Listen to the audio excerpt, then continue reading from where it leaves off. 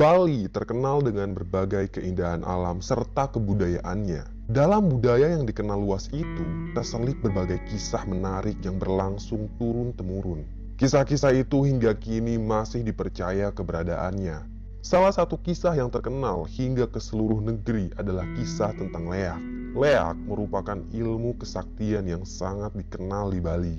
Layaknya konsep kutub, ilmu pengleakan dibagi menjadi dua kutub, yaitu kutub baik dan kutub buruk.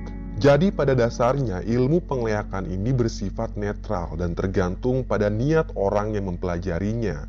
Ilmu leak bisa menjadi buruk kalau niatnya buruk, dan ilmu leak juga bisa menjadi baik kalau memang niatnya baik. Ilmu pengleakan ini sangat terkenal hingga ke mancanegara, dan pada tahun 2019, Universitas Hindu Indonesia Denpasar siap mencetak sarjana leak dengan membuka program studi yang mempelajari ilmu tantra. Ilmu tantra kerap dikenal orang sebagai cabang dari ilmu pengleakan. Rektor Universitas Hindu Indonesia mengatakan pembukaan prodi baru ini adalah untuk mengapresiasi para ahli dan tokoh yang telah menekuni sekaligus melestarikan pengetahuan warisan leluhur. Seperti yang udah Mbah katakan, pada dasarnya ilmu leak ini ya bersifat netral. Ilmu pengleakan bisa menjadi baik kalau yang mempelajarinya berniat baik. Dan sebaliknya, ilmu leak bisa menjadi jahat kalau yang mempelajarinya berniat jahat. Namun timbul pertanyaan, apa bedanya ilmu pengleakan dan leak Bali? Sebelum kita lanjut ke cerita inti, mari kita telusuri dulu asal mula leak Bali dan ilmu pengleakan.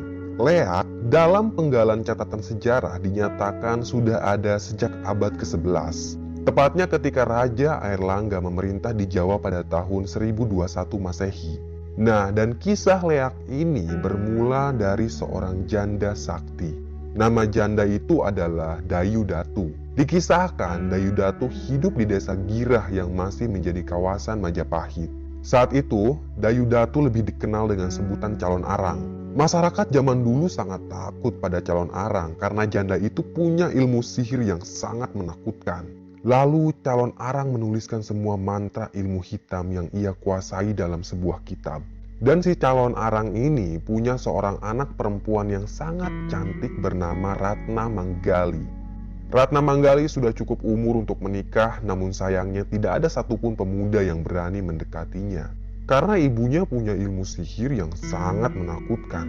Calon arang ini terkenal sangat kejam, dia bahkan sudah membunuh beberapa warga desa dengan ilmu hitam yang ia miliki.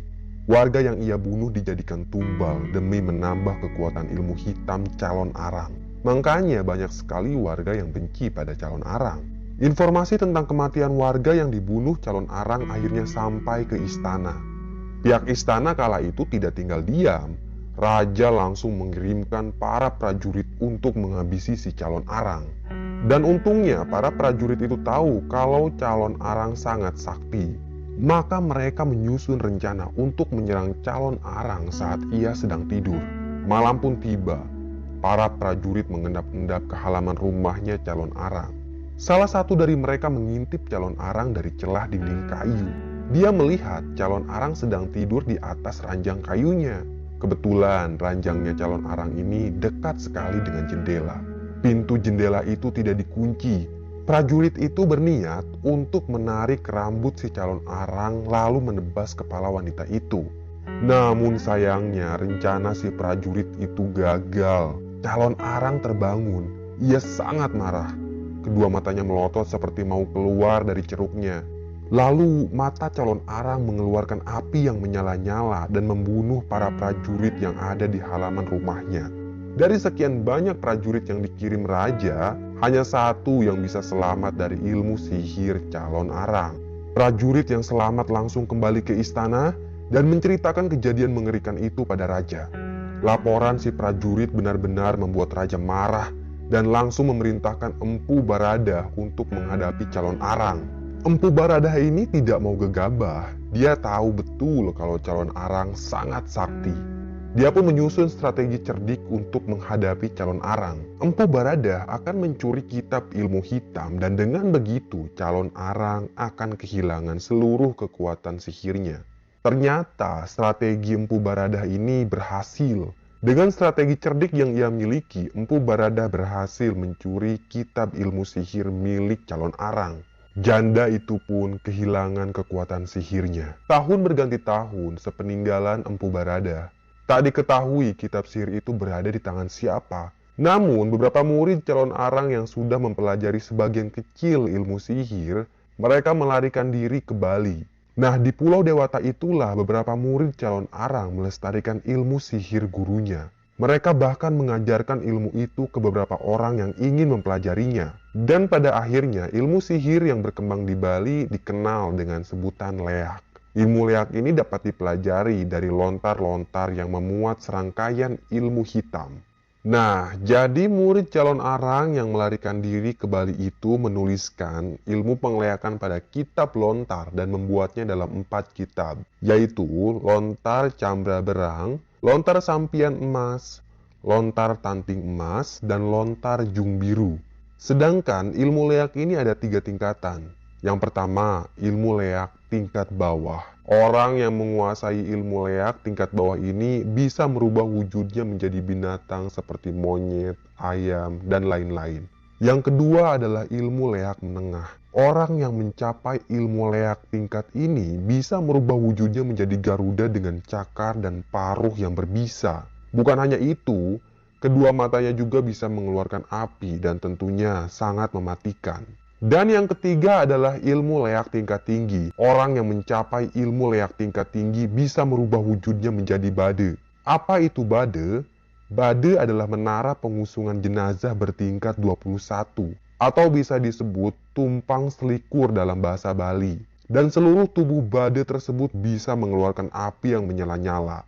Api itu kemudian akan menjalar sehingga apa saja yang kena sasarannya bisa hangus tak tertolong. Nah, itulah sekelumit tentang asal-usul ilmu pengleakan. Selanjutnya, ada versi lain yang menyebutkan tentang asal-usul leak Bali.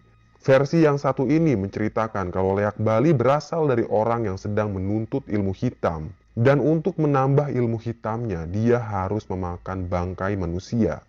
Makanya banyak orang yang menyebutkan kalau leak Bali sering ditemukan di pemakaman. Beranjak dari 2 versi asal-usul ilmu pengleakan dan leak Bali, kali ini Mbah mau membawakan kisahnya si Udin. Dia adalah seorang perantauan yang bekerja di salah satu toko kue di Denpasar, Bali. Umur Udin saat itu 35 tahun, tapi dia belum juga menikah. Dan kalau bicara soal pekerjaannya, si Udin bukanlah pekerja yang baik. Selama 2 tahun bekerja di toko itu, dia sering sekali melakukan kesalahan. Kadang salah ngasih kembalian, kalau lagi buat kue kadang gosong, dan tak jarang teman sepekerjaannya marah pada Udin. Lalu mereka memaki-maki lelaki itu dengan sebutan binatang. Tapi Udin tak pernah melawan, dia hanya tertunduk sambil menampakkan wajah bersalah. Si Udin sudah dipecat 5 kali dari toko kue itu. Tapi setiap kali dipecat, Udin pasti datang lagi ke toko kue dan berdiri sepanjang hari di samping toko itu dengan wajah melas. Si bos akhirnya tidak tega melihat Udin. Dia merekrut kembali lelaki itu sampai 5 kali. Tapi tetap saja si Udin suka melakukan kesalahan. Untuk mengantisipasi keteledoran Udin, si bos sudah merekrut lebih banyak karyawan tanpa memecat si Udin. Hal ini dilakukan agar si Udin tidak melakukan pekerjaan yang penting-penting seperti jadi kasir, membuat kue, dan membungkus kue. Yang dilakukan Udin setiap hari hanya membagikan selembaran kertas promo pada setiap pengunjung yang datang. Gaji Udin pun sangat kecil berbeda dengan para karyawan lainnya. Suatu hari muncullah Nikomang Artati atau biasa dipanggil Tati. Dia mampir ke toko kue untuk membelikan oleh-oleh buat ibunya. Udin langsung menghampiri Tati dan memberikan kertas promo pada wanita itu. Dan entah apa yang terjadi, tiba-tiba saja Udin merasakan jatuh cinta yang sangat dalam ke si Tati. Mungkin itulah yang disebut dengan cinta pada pandangan pertama. Selama Tati mengantri, Udin terus-terusan memandangi wanita itu. Tentu saja pandangan Udin membuat Tati risih. Dia ingin segera pergi dari toko kue tersebut. Setelah membeli 5 bungkus kue, Tati pun meninggalkan toko. Udin yang sedang bertugas malah mengikuti Tati. Dia letakkan selebaran kertas promo dan mengambil sepeda bututnya. Udin melihat Tati masuk ke dalam mobil sedan. Buru-buru dia kayuh sepeda itu sekuat tenaga untuk mengikuti mobil sedan. Untung saja laju mobil itu tidak terlalu cepat sehingga Udin masih bisa membuntutinya. Tak lama kemudian, Udin pun tiba di sebuah rumah bercat putih. Rumah itu tampak sederhana dan tidak terlalu besar. Saat itu, Udin mengintip dari balik pohon. Dia benar-benar penasaran pada si Tati. Sepanjang hari, Udin mengintip dari balik pohon dan berharap wanita itu keluar dari dalam rumahnya. Tapi Tati tidak kunjung terlihat, bahkan sampai malam tiba. Wanita itu tak pernah keluar dari dalam rumahnya. Udin tak mau pulang. Dia duduk di bawah pohon sambil sesekali mengintip rumahnya Tati. Sekitar jam 1 malam, Udin menghampiri rumahnya Tati. Dia mengendap-endap ke belakang rumah. Ia mencari cara agar bisa masuk ke dalam rumah itu. Namun sayangnya, Udin tidak menemukan celah sama sekali untuk masuk ke dalam rumah. Lelaki itu akhirnya menyerah dan pulang dengan kecewa. Keesokan paginya, saat Udin tiba di toko kue, dia langsung dibawa oleh bosnya ke dalam ruangan. Di sanalah Udin dimaki-maki. Bos sangat marah karena kemarin Udin menghilang begitu saja saat jam kerja. Untung aja Udin hanya dimaki-maki dan tidak dipecat. Si bos tidak tega kalau harus memecat lelaki itu. Lagi pula, walaupun Udin dipecat, dia pasti datang lagi ke toko tersebut. Hari demi hari berlalu, Udin terus-terusan terbayang wajahnya si Tati. Setiap pulang kerja, Udin pasti mendatangi rumah Tati dan mengintip dari balik pohon. Tapi Udin sama sekali tidak berani kalau harus menghampiri wanita itu dan menyapanya. Yang dilakukan Udin hanya memandangi si Tati dari kejauhan. Hingga di suatu sore, Udin melihat ada sebuah pesta pernikahan di rumahnya Tati. Ternyata, Tati memang sedang melangsungkan pernikahannya dengan seorang lelaki bernama Surya. Hal tersebut benar-benar membuat Udin sakit hati. Dia pulang begitu saja dengan perasaan kecewa. Namun ternyata Udin tidak pulang ke kontrakannya. Dia malah pergi tanpa arah dan tujuan. Udin sangat patah hati. Selama 2 hari 2 malam, Udin menggelandang. Dia tidak bersemangat untuk melakukan apapun. Udin sudah meninggalkan pekerjaannya. Dia juga tidak bisa pulang ke kampung halaman karena Udin tidak punya uang sama sekali. Kini kondisi tubuh Udin semakin memburuk. Dan tak lama kemudian, Udin pun ambruk. Dia terkapar sekarat. Hingga malam tiba, si Udin masih tak sadarkan diri. Dan dari balik semak-semak, tiba-tiba saja terdengar suara rombongan orang yang mendekat ke arah Udin. Tak lama kemudian, muncullah gerombolan orang yang mengenakan pakaian serba putih. Entah siapa orang-orang itu. Mereka lalu menggotong tubuh Udin dan masuk kembali ke dalam semak-semak. Udin dibawa ke sebuah lahan kosong di tengah-tengah hutan. Nah, di dalam hutan itulah Udin dirawat oleh komplotan tersebut. Hingga akhirnya dia pulih. Dan setelah ia pulih, Udin menceritakan masalah hidupnya pada salah satu ketua komplotan. Dia pun menyarankan Udin untuk mempelajari ilmu leak. Tentunya Udin akan menggunakan ilmu leak itu untuk kejahatan. Selama 3 bulan lamanya, Udin mempelajari mantra-mantra penleakan hingga akhirnya dia berhasil mencapai ilmu leak tingkat bawah. Tapi uniknya, Udin ini bukan hanya bisa merubah dirinya menjadi hewan, tapi dia juga bisa merubah dirinya menjadi benda apapun. Dan itu sangat menakjubkan. Setelah Udin berhasil menguasai ilmu leak tingkat rendah, dia kembali mendatangi rumahnya Tati. Sesampainya di gerbang rumah Tati, Udin langsung merubah dirinya menjadi seekor kucing yang sangat lucu. Kucing itu mengendap-endap masuk ke dalam rumah Tati dan duduk di atas kursi makan. "Kucing siapa ini?" tanya suami Tati. "Aku nggak tahu, tapi kucingnya lucu banget," kata Tati. "Ya sudah, kalau kamu suka, kita pelihara aja kucing ini," ucap suaminya Tati. Udin yang merubah dirinya menjadi kucing akhirnya dipelihara oleh Tati. Setiap malam, Udin selalu mengendap-endap ke kamar Tati. Dan tak jarang dia menyaksikan Tati dan suaminya tengah berhubungan intim. Hal itu benar-benar membuat Udin marah. Lelaki itu langsung mencari cara agar bisa membunuh suaminya Tati. Tragedi mengerikan pun terjadi di Senin pagi. Udin merubah dirinya menyerupai mobil milik suaminya Tati. Saat itu suaminya Tati pamit untuk berangkat kerja. Dengan kekuatan yang Udin punya, ia membuat suaminya Tati tidak bisa melihat mobil yang sebenarnya. Sehingga lelaki itu masuk ke dalam mobil jadi-jadian. Di perjalanan, mobil yang dikendarai suaminya Tati masih dapat dikendalikan. Namun, saat suaminya Tati menambah kecepatan mobil, tiba-tiba saja mobil tersebut hilang kendali. Kecepatannya malah semakin menggila, lalu menabrak sebuah tiang listrik di pinggir jalan. Suaminya Tati tak terselamatkan, ia tewas di tempat. Kepalanya pecah, darah keluar dari mulutnya. Mobil jadi-jadian itu ringsek dan dibawa oleh polisi. Namun anehnya, selang sehari mobil tersebut menghilang entah kemana. Dan ternyata Udin sudah merubah wujudnya menjadi seekor burung. Dia kemudian terbang menuju rumahnya Tati. Sesampainya di rumah Tati, Udin langsung merubah wujudnya kembali menjadi seekor kucing yang sangat lucu. Udin pun kembali menemani Tati di hari-hari buruknya. Semenjak suami Tati meninggal, wanita itu memang sering melamun di beranda rumahnya. Saat itu, Tati memang selalu bersedih. Namun, seiring waktu berjalan, Tati akhirnya bisa bangkit. Tati pun menikah kembali dengan seorang lelaki yang sangat tampan dan kaya.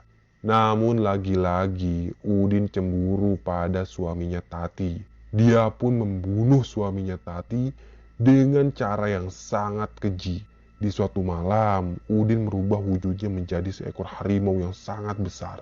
Harimau itu lalu menerkam suami barunya si Tati dan menggigit lelaki itu tepat di bagian leher. Tenggorokannya acak-acakan, perutnya juga sobek terkena cakaran. Mendengar kegaduhan itu, Tati pun bangun dari tidurnya. Dia langsung menjerit ketakutan dan jatuh pingsan.